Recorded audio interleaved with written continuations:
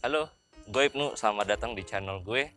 Dan gue sekarang akan nge-review My Daily Driven S90 325 standar.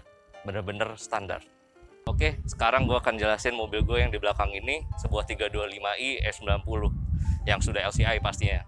Jadi itu sebenarnya tuh gue sama S90 tuh udah punya, ya bisa dibilang sejarah yang cukup lah, karena gue dulu pernah pakai 320 yang non LCI buat ya lumayan setahun. Terus gue juga pernah make 325i juga tahun 2011 yang M Sport, yang sebenarnya trim di atasnya ini, tapi ya gue kena kecelakaan sayangnya. Dan ya akhirnya gue ngambil 325 juga dengan warna hitam ini tahun 2011 juga, tapi dengan yang normal package. Dan sampai sekarang dari tahun 2014 masih nemenin gue. Dan ya gue akan ceritain gimana sih dia ini sehari-hari yang gue pakai dari gue pertama kali dapat sampai ya saat ini. Tungguin ya. Sekarang gue akan ngejelasin eksteriornya dari LCI, apa sih yang beda sama yang non LCI gitu ya. Jadi yang pertama tuh hoodnya nih.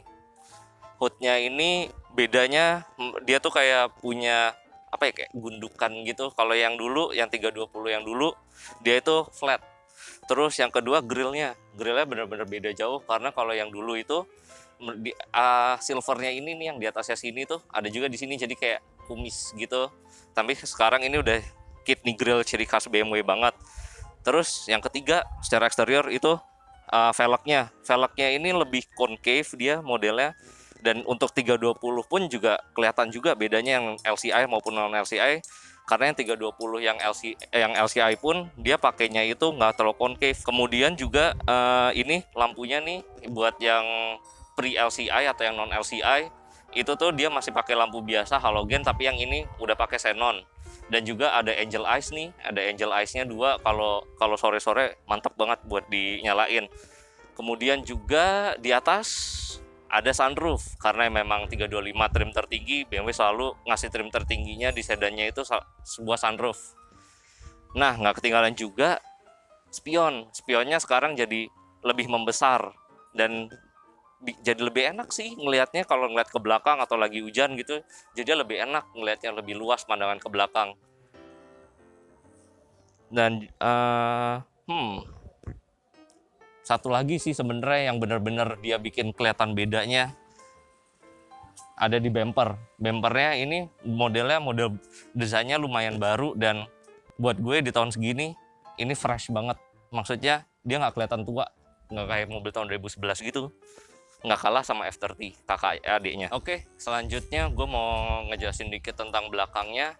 Ya yang pasti lampu udah paling kelihatan banget nih, lampu yang non LCI dan LCI. Tapi untuk bumper gue masih agak not sure, karena jujur gue jarang ngelihat non LCI belakangan ini. Dan juga knalpot 325 setahu gue tuh selalu dikasih knalpot 2. Dan ya gimana ya, mobil gue ini sebenarnya standar buat semuanya kecuali ini doang sih.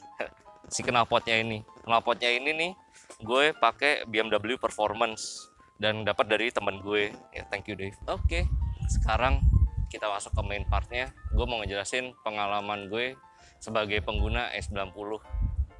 Ya, jadi S90 ini yang gue bilang tadi tahun 2011, dan gue juga dapat ini tahun 2014. Dan ya selama 6 tahun ini hampir bisa dibilang 95% dari setahun itu pasti gue pakai, kecuali waktu itu karena gue kuliah, dan kebetulan gue kuliahnya sempat abroad, gue jadi ada ya sedikit jeda, tapi itu juga nggak lama.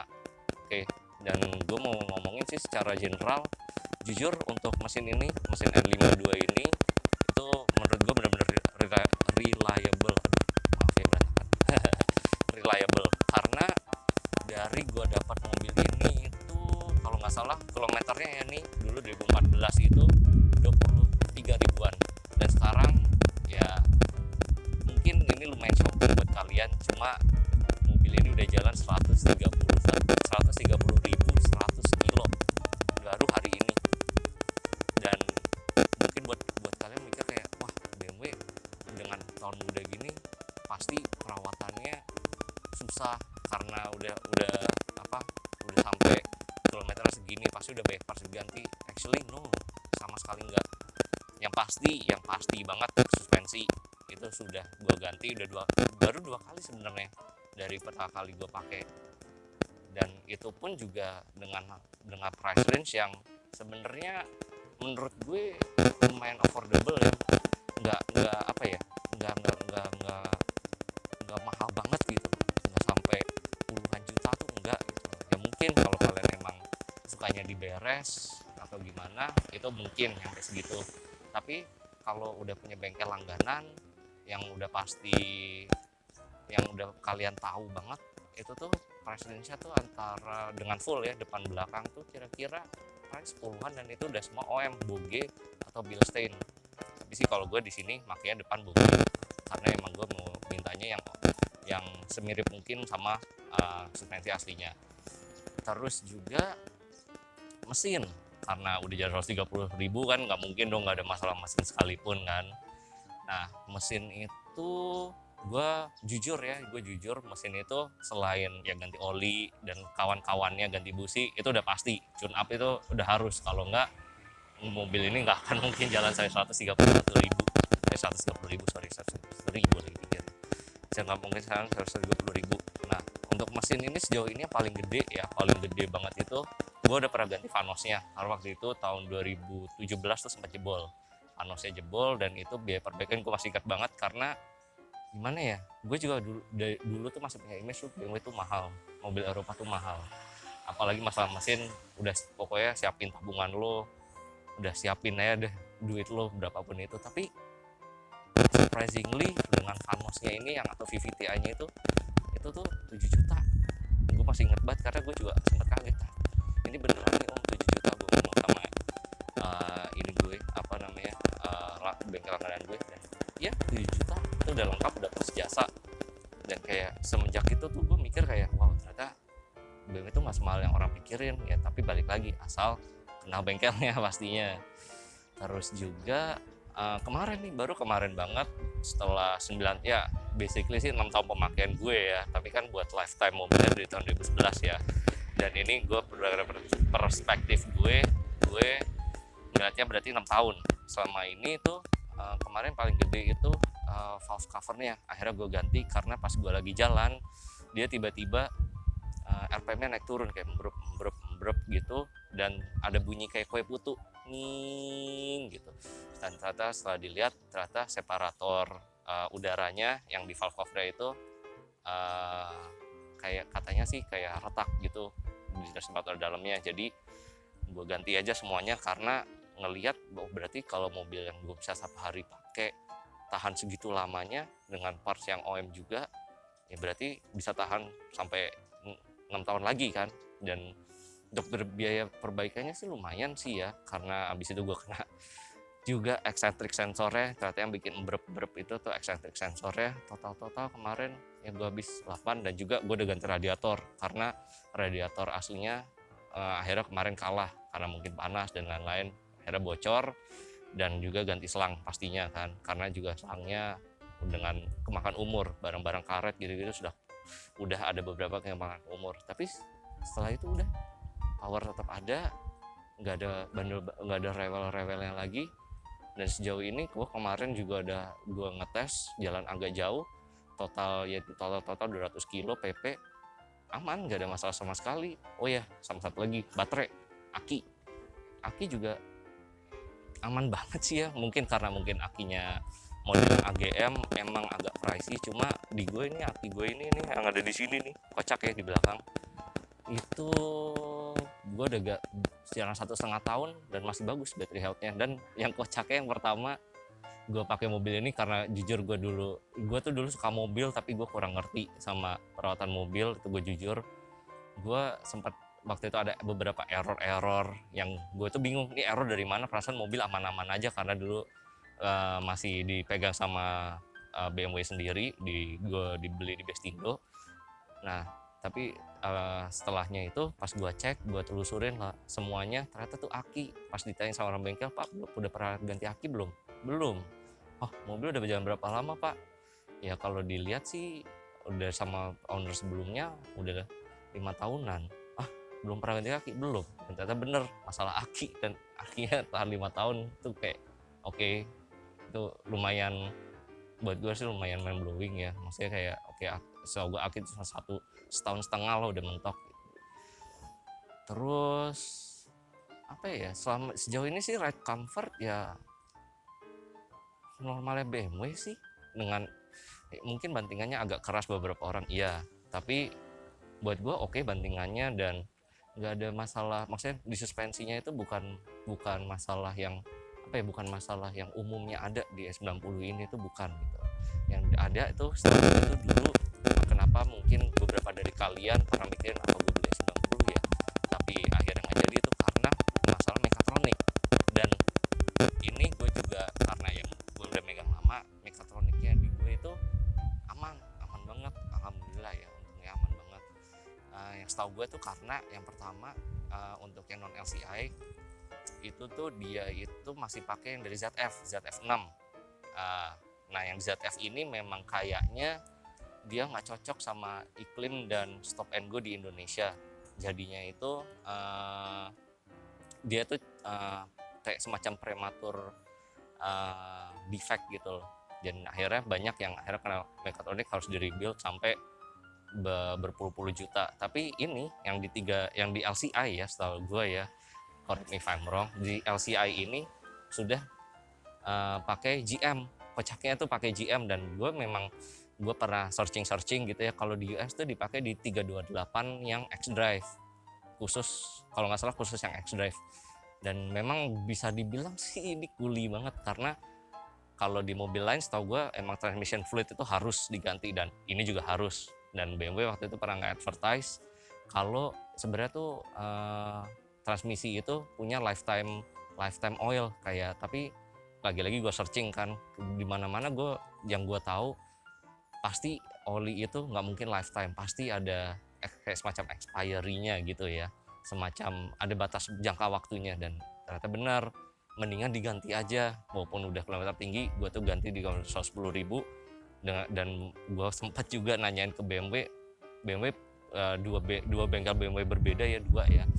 Ada yang satu bilang itu ganti aja sih pak, nggak apa-apa. Yang satu bilang oh jangan pak, itu lifetime oil. Di situ gue sempat galau, soalnya ya balik lagi yang ZF banyak diganti olinya, tiba-tiba selip, tiba-tiba nggak ada power, dan endingnya mekatronik. Cuma akhirnya ini gue beraniin dengan melihat spesifikasi, kalau nggak salah tuh Dextron 5 atau 6 gitu kalau nggak salah ya.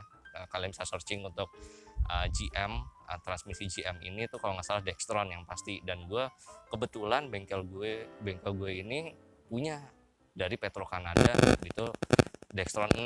Dan akhirnya gue coba lah, dengan gue coba, dan juga pennya yang di bawah itu yang buat nampung olinya juga gue ganti.